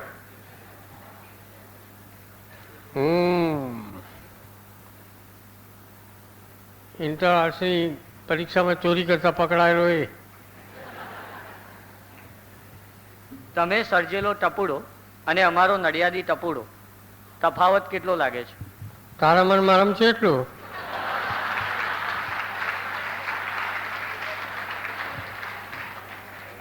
તમે દુનિયામાં કેટલાને ઊંધા ચશ્મા પહેરાવ્યા છે? તમે દુનિયામાં કેટલાને ઊંધા ચશ્મા પહેરાવ્યા છે? આજે કેટલા માણસો હાજર છે?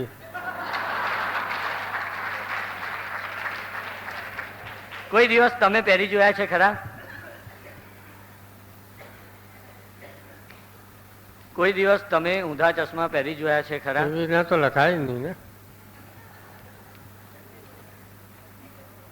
હસે તેનું ઘર વસે અને હસે તેનું ખસે, તો આ બંનેમાં સત્ય શું? હસાવે તેનું ઘર વસે એવું છે. બધું હસાવાથી જ પુરસ્કાર મળે છે. બાકી હશે તેનું તો ઘર તો શું બધું ખસી જાય. તારકભાઈ, તમે બેઠા છો અને તમારી બાજુમાં રહેલું કૂતરાનું પ્રતીક શું સૂચવે છે? મને સંભળાયું નહીં બરાબર. તું કઈ ભરતી સરતી દિશામાં જોઈને બોલે છે. વ્યવસ્થિત બોલ અંદર. તમે જ્યાં બેઠા હતા હા,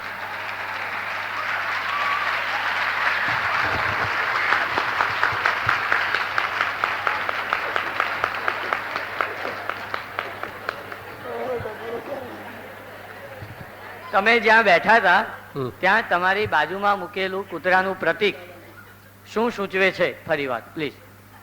હું જ્યાં બેઠો હતો ત્યાં શું પ્રતીક મને હજુ સમજાવ્યું?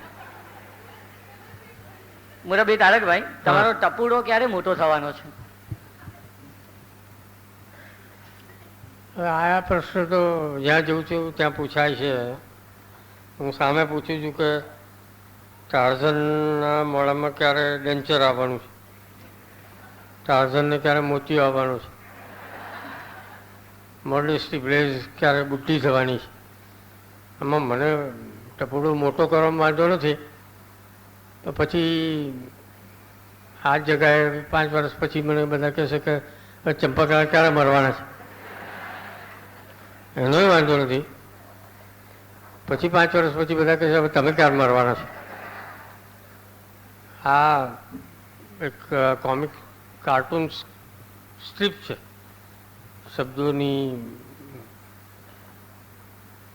એમાં નવલકથાની પેટે કરવા જઈએ તો પછી કહેશે વતલીની જોડે પરણાવો, વતલીની જોડે પરણાવો એટલે પછી પેલા જેઠાલાલને કંઈ ચંપાકલાલ બનાવો. એટલે આનો કોઈ અંત નથી. સર્વ રોગોનો ઈલાજ શરાબ છે તે અંગે આપનો શું અભિપ્રાય છે? મને સમજ્યા આ કંઈ કોઈ? સર્વ રોગોનો ઈલાજ દારૂ છે તે અંગે આપનો શું અભિપ્રાય છે?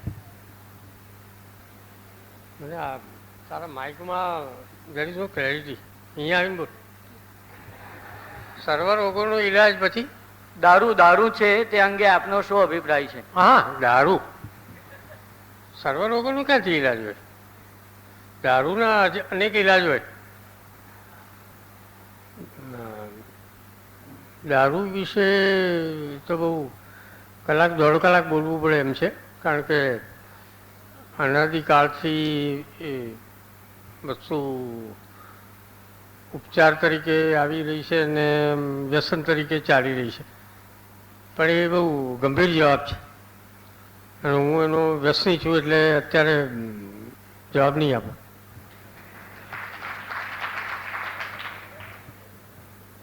મુરબ્બી તારકભાઈ, નડિયાદ સાથે આપનો સંબંધ લાગણીસભર રહેલો છે તેવું આપની લેખમાળાઓ અને અન્ય બીજા લેખોમાં જોવા મળે છે. તો આજે ફરીથી નડિયાદ આવતા આપને કેવી લાગણી થાય છે? હું 50 વર્ષ નાનો થઈ ગયો. હા, તો મેં શરૂઆતમાં જ કહ્યું કે જેમ માતૃ વતન હોય એમાં માસીનું ગામ કહેવાય મારા માટે. અને આમ જોવા જાવ તો મારા માટે તો માતૃભૂમિ એ સેન્સમાં છે કે મારા અંગ્રેજીમાં જેને ફોર્મેટિવ યર્સ કે ઘડતરના વર્ષો કહીએ એમ મારી કારકિર્દી કહો કે મારા લક્ષણ કહો કે મારા અપલક્ષણો કહો, પણ એ બધું અહીંયાથી જ શરૂઆત થયેલી, નડિયાદમાંથી, મિશન રોડ પરથી. અનાથ આશ્રમની આ બાજુ ચોથું મકાન, ચોથું પાંચમું આ બાજુ હશે, જમણી બાજુ. આજે અમે જઈએ ત્યાં આગળ પીલુડીનું ઝાડ ને એ તો બહુ અદ્ભુત વસ્તુ છે, પણ એ હાસ્યનો વિષય નથી, લાગણીનો વિષય છે. માણસના અમુક વસ્તુઓ લોહીમાં વળી ગઈ હોય એની તમે હાંસી નથી કરી શકતા. તમે એ આખી જિંદગી એની સાથે જ જીવો છો. જેમ માણસને કોઈક વસ્તુ એમ કહે ને કે આ હૃદય રોગ એ વારસાગત નથી કે કેન્સર એ વારસાગત નથી, છતાં કેટલાક કુટુંબોમાં અમુક વસ્તુઓ વારસાગત રીતે ઉતરી આવે. એમ મને મારા વતન સિવાયના ગામો માટેનું એટેચમેન્ટ વધારે થયું છે. પણ નડિયાદ માટે હું કહું કે હું જે કંઈ છું એ નડિયાદને કારણે છું એ કહી શકું. તારકભાઈ, આપને અહીં સર્વરોગોનો રામબાણ ઇલાજ તે વિષય ઉપર પ્રવચન આપવા માટે આમંત્રણ આપવામાં આવેલું હતું. માત્ર જોક્સ કહેવા માટે નહીં. આ બાબતે આપનું શું કહેવું છે? વિષયને ન્યાય નથી આપ્યો એવું આપને નથી લાગતું? મેં શરૂઆતમાં જ કહ્યું કે નોર્મન કઝિન્સ નામનો માણસ હતો. આમાં મને લાગે છે કોઈ માણસે મારી પાસેથી ગંભીર ભાષણ સાંભળવું છે, કારણ કે આ ગંભીર પ્રશ્ન છે. મેં શરૂઆતમાં જ કહ્યું કે નોર્મન કઝિન્સ નામના માણસે એક પુસ્તક લખ્યું કે કોમેડીને કારણે એ માણસ અસાધ્ય રોગમાંથી સાજો થયો. એના પુસ્તકને આધારે અમેરિકામાં રિસર્ચ શરૂ થઈ. આ હું ફરીથી પુનરાવર્તન કરી રહ્યો છું. એ ભાઈ ક્યારે આ પ્રશ્ન પૂછનાર ભાઈ ઊંઘતા હશે કે રામબાણ ઈલાજ આ જ છે. હાસ્ય એ પ્રેશર કુકરની જે સિસોટી છે એ કોણ છે? પ્રેશર કુકર છે ઓડિયન્સો. પ્રેશર કુકરની સિસોટી જો તમે સાંભળો નહીં તો એ ફાટી જાય. હાસ્ય જો તમે વખતસર ભોગવી ન શકો, દુનિયાભરના સાયકોલોજિસ્ટો, દુનિયાભરના હાસ્ય લેખકોએ કહ્યું કે હિટલર, મુસોલિની, યાયા ખાન, ઈદી અમીન બધા સરમુખ હત્યારોમાં સેન્સ ઓફ હ્યુમર નહોતી. એમની કોઈ જોક કરે તો બીજી દાડે ફાંસી પર ટીંગાઈ ગયો હોય. એટલે સેન્સ ઓફ હ્યુમર એ એક રિલીઝ છે. અંદરથી જે વસ્તુ આવે તો માણસ કાં તો ગાંડો થઈ જાય, કાં તો ક્રિમિનલ થઈ જાય. માણસ જ્યારે સોસાયટી સામે લડી ન શકતો, મોંઘવારી સામે લડી ન શકે, હાડમારી સામે લડી ન શકે, બજેટ સામે લડી ન શકે, પેલો રેલવેમાં પેલો કહેશે 100 રૂપિયા આપો તો સીટ આપવું, જ્યારે લાંચની સામે લડી ન શકે ત્યારે એ હાસ્યનો આશ્રય લઈને જીવી શકે. એની પાસે બીજો કોઈ ઇલાજ જ નથી. તમારે જીવવું હોય આ સમાજમાં, આ મોંઘવારીમાં, હાડમારીમાં, તો હસતા શીખો, નહીં તો આપ આત્મહત્યા કરતા શીખો. બીજો કોઈ ઇલાજ. મુરબ્બી તારકભાઈ, એક પ્રશ્ન છે, એ પ્રશ્ન મારી ઉપર પૂછાયેલો છે અને એનો જવાબ હું આપને આપવા માટે વિનંતી કરું છું. પ્રશ્ન એવો છે, શ્રી હર્ષિતભાઈ, શું તારક મહેતા નથી આવ્યા?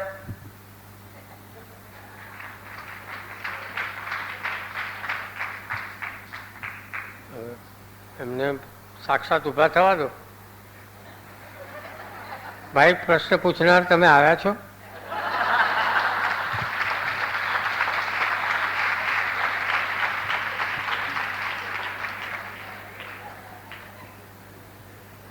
મુરબ્બી તારકભાઈ, તમારી તાકાત હોય તો આ કોરા કાગળનો જવાબ આપો.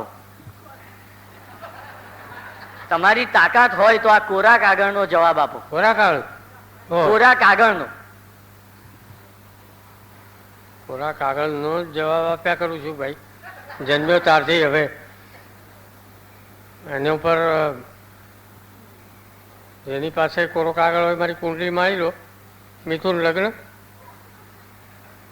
એક જ જવાબ છે, મારી કુંડલી લખવાનો. બીજું શું થઈ શકે કોરા કાગળ પર? પુત્રના લક્ષણ પારણામાંથી ને તારક મહેતાના લક્ષણ ખાટલામાંથી. આ અંગે આપનું શું માનવું છે? મારી સાથે સંકળાયેલી વ્યક્તિઓને પૂછી જોવાનું.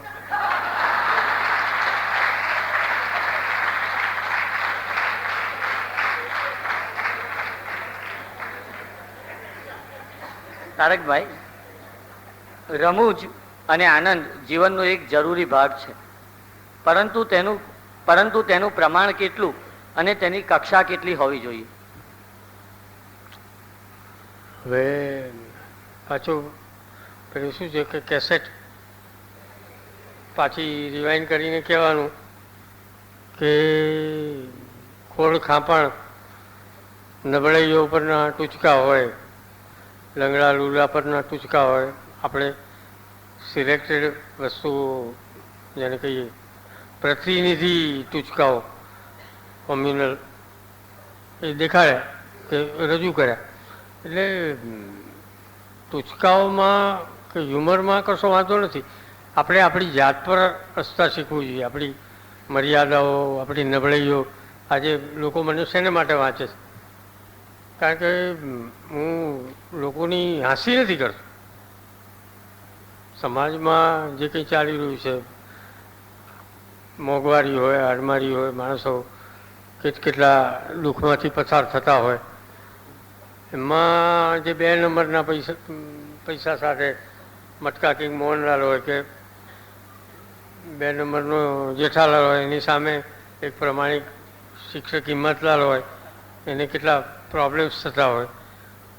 આ બધી વસ્તુઓ જ ની જ અગત્ય હોય છે. એટલે હ્યુમર એ ક્લિન્ઝિંગ ફેક્ટર છે. એને તમે સાબુ તરીકે વાપરો, જુલાબ તરીકે વાપરો, જેવી તમારી જરૂરિયાત એ પ્રમાણે તમારે હ્યુમરનો ઉપયોગ કરવાનો. ચિત્રલેખામાં દુનિયાને ઊંધા ચશ્માની લેખમાળામાં આવતા ટપુડા અને વછલીનું લગ્ન કરાવી દો તો તેમનો ઘર સંસાર કેવો ચાલે? તો હવે પાછો એ જવાબ આપી દીધો. એ લોકોને પરણાવવું એટલે બધા કહેશે હવે ચંપકલા કરડા થઈ ગયા, એમને પતાવી નાખો, હવે બહુ બોર કરે છે. પછી તો મારો વારો આવે ને. એટલે હું એ લોકોને જીવતા રાખું તો હું જીવી શકું.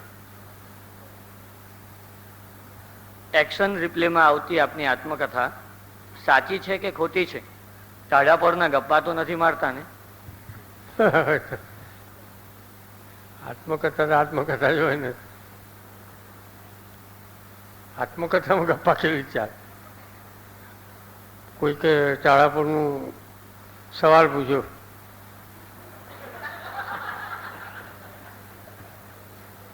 આત્મકથા વિશે આવો પ્રશ્ન જ બેકાય નથી. કોણ છે ભાઈ? પૂછો, ઊભા થઈને પૂછો. લોકોને હસાવવા માટે આપણે ઉદાસ કેમ થવું પડે છે? ઉદાસ? Laughter is a serious business. લોકોને હસાવવા એ કોઈ સહેલી વાત નથી. કારણ કે મિમિક્રી કરો, લંગડા લુલાની કે તોતરાની નકલ કરો એ અલગ વાત છે. અને જીવનની સમસ્યાઓ માણસની સાંસારિક હોય, આર્થિક હોય, પોલિટિકલ હોય, ગમે તે હોય, પણ એ બધી ગંભીર સમસ્યા હોય છે. એની અંદર ઉદાસ તો વાચક હોય છે. હું સામા માણસની ઉદાસી ખંખેરવા માટેના દંડ બેઠક કરતો હતો. એટલે આમાં મજૂરી મારી હોય છે.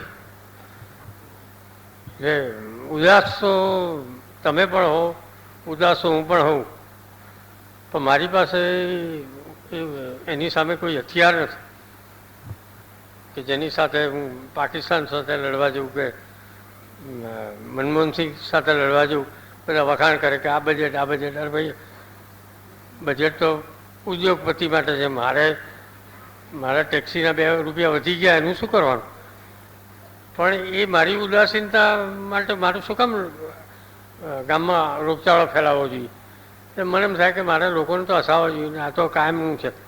મધ્યમ વર્ગ તો આ સહન કરવા માટે જ નિર્માયેલો છે.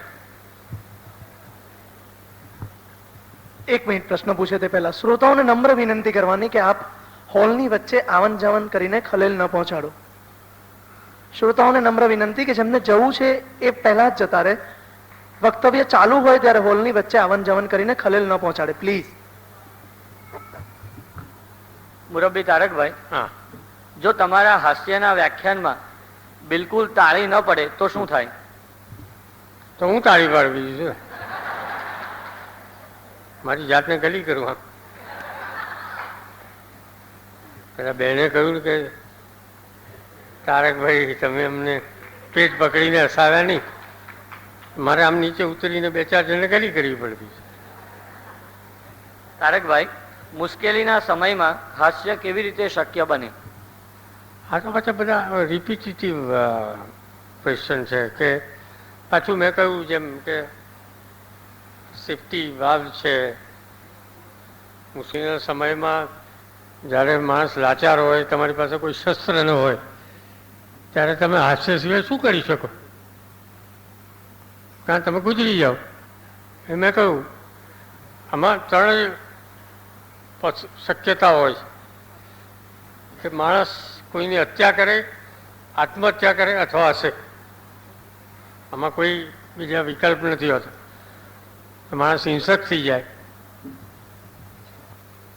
હિંસક માણસ સામેની હત્યા કરે, પોતાની હત્યા કરે. જ્યારે કંઈ ન કરે ત્યારે પછી ખુશ થઈ ન હશે.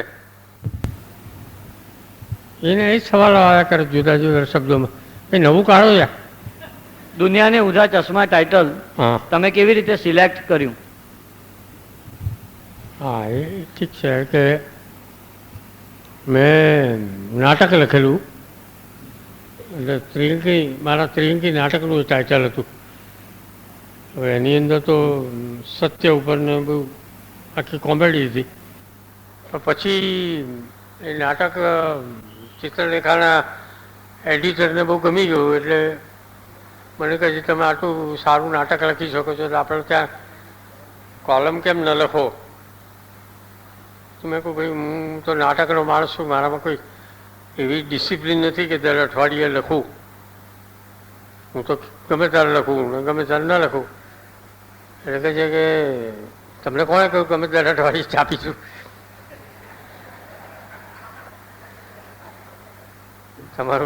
તમારો લેખ લોકોને ગમશે તો અમે છાપીશું.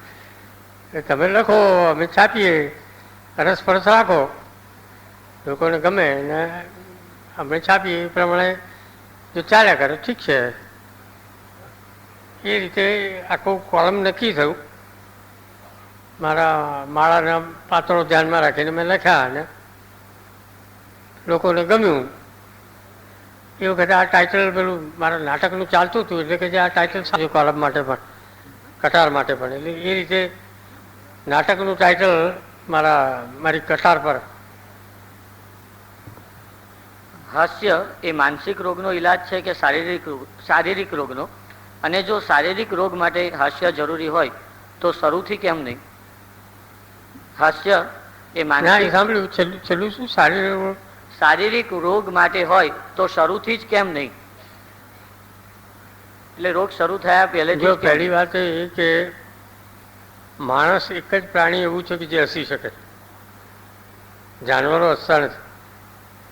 એટલે એક વસ્તુ પુરવાર થઈ ગયેલી છે કે હાસ્યને બુદ્ધિ જોડે સંબંધ, સાયકોલોજી જોડે સંબંધ. ભાઈ બધા બોર થતા આ બહુ ગંભીર પ્રશ્નો આવી રહ્યા છો. કોઈને કંટાળો આવે તો કહેજો. આ હાસ્ય એક બહુ લોજિકલ સાયકોલોજીકલ વસ્તુ જ છે કે જ્યારે તમને તમારી બુદ્ધિને સ્પર્શ કરે. મેં બહુ આ શરૂઆતની વ્યાખ્યા એવોઇડ કરી કે એના પર 100-200 પુસ્તકો લખાઈ ગયા છે, જેમાં ફ્રોઈડ જેવા માનસ શાસ્ત્રીએ પણ કહ્યું કે આને સેક્સ સાથે પણ સંબંધ. જ્યારે માણસ સેક્સનું રિલીઝ નથી કરી શકતો ત્યાર પછી એની જોક કરીને હશે છે. એટલે હાસ્ય એ છેવટે તો રિલીઝ, એનું સેક્સમાં રિલીઝ હોય, ક્રોધનો રિલીઝ હોય, હિંસાનો રિલીઝ હોય. તમને કોઈ ખુન્નસ આવે, સામા માણસ બંદૂક લઈને આવે, તમે શું કરવાના તારે? કરો મારી ભૂલ થઈ ગઈ શું છે? આ આખી વસ્તુ રિલીઝ પર આવીને અટકે છે. એટલે બેઝિકલી તો સાયકોલોજીકલ જ છે. ફિઝિકલ વસ્તુ તો શું છે કે તમે પેલા બાળક, તમારું પોતાનું છોકરું હોય કે તમારું ગ્રાન્ડ ચાઇલ્ડ હોય કે પડોશનું છોકરું હોય, એ ગમ્મત માટે હસો એ અલગ વસ્તુ છે, એ ફિઝિકલ વસ્તુ છે. પણ આપણે અત્યારે જે વસ્તુની ચર્ચા ચાલી રહી છે એ તો માનસિક જ છે, મનોવૈજ્ઞાનિક. તમારી પત્ની તમને તમારા દરેક કાર્યમાં સાથ દે છે ખરી? હા, નહીં તો પત્ની ના હોય ને. તમે ઊંધા ચશ્મામાંથી ક્યારથી જોતા થયા અને કેમ થયા? હવે આ કોઈ ક્ષણ નથી હોતી કે આ કોઈ પેલા ચશ્મા થોડા છે કે ઊંધા પહેરી લઈએ. માણસનું જીવનમાં ધીરે ધીરે ડેવલપમેન્ટ થાય કે આપણને નબળા છીએ, શારીરિક રીતે નબળા છીએ, બેકાર છીએ, ગરીબ છીએ અને ક્યાંય આપણો પત્તો ખાતો નથી. એટલે આગળ જેમ મેં કહ્યું એમ બહુ ગંભીર જવાબ છે કે એને ડિફેન્સ મિકેનિઝમ કે છે અંગ્રેજીમાં, સંરક્ષણાત્મક. જ્યારે તમને કંઈ ન સૂજે ત્યારે તમે હશો, એમ બીજે ક્યાંય તમને કંઈ કામ ન મળે ત્યારે તમે હાસ્યનો આશરો લો, લોકોને હસાવાનો આશરો લો. એ બહુ ગહન વસ્તુ છે. શું છે કહો? છેલ્લો પ્રશ્ન મને ડર છે કે આ બધા બોર થઈ જશે. હા, છેલ્લો પ્રશ્ન પૂછું છું તારકભાઈ. હવે પાછા ક્યારે આવવાના છો? તમે પૈસા આપીને બોલાવશો ત્યારે.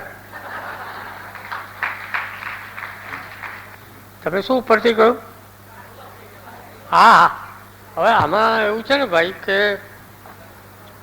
બધી તુચકાઓની વાત થઈ ગઈ, પણ તમે બોર થવા રાજી હોય તો સાહિત્યની વાત કરીએ કે હ્યુમર ને એમ કહેવાય છે કે એક સિક્કાની બે બાજુ છે, જેમાં ચાર્લી ચેપ્લિન આવી જાય.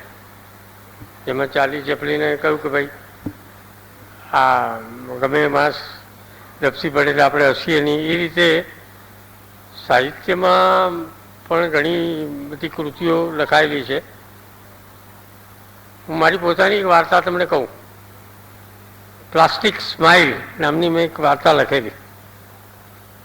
જ્યારે હંમેશા હું અમેરિકન પ્રેસિડેન્ટ્સ, પછી આપણી બધી મોડેલ્સ, આપણા ફિલ્મ સ્ટાર્સ, જ્યારે જોઈએ ત્યારે લોકોના મોઢા પર સ્માઇલના ફોટા હોય.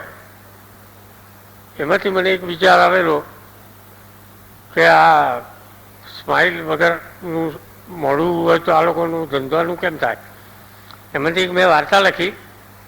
એક સેલ્સમેન હતો. આગળ કહું તમને કહું ઉપરવાળા. એક સેલ્સમેન હતો કે અઢળક તુચકાઓ એની પાસે. જ્યાં જાય ત્યાં બધી આમ લોકોને હસાવે, એક એક ક્ષણે બધાને વાર્તાઓ કહીને હસાવે, તુચકાઓ કહીને હસાવે. 5 વર્ષ 10 વર્ષ પછી ધીરે ધીરે જ્યાં જાય ત્યાં પેલા એના ગ્રાહકો હોય, પેલા દુકાનવાળા, સ્ટોરવાળાઓ બધા કે આ તો ગઈ વખત તો એમ આ ટૂચકો કરેલો. જ્યાં જાય ત્યાં એમ થવા માંડ્યું, બધેથી પાછો પડવા માંડ્યો. પછી એમાંથી એને ડિપ્રેશન આવવા માંડ્યું કે આ સારું આપણું ચાલતું નથી. એનો ધંધો બેસવા માંડ્યો. શેઠ કહે કે આ તને શું થયું છે? કે સાહેબ તબિયત બરાબર નથી. કે સારું એક બે મહિનાની રજા લઈ લે. પેલો રજા પર ઉતરી ગયો, એન્ટી ડિપ્રેસન્ટ ગોળીઓ લીધી, એમાં પણ એવું જામ્યું નહીં.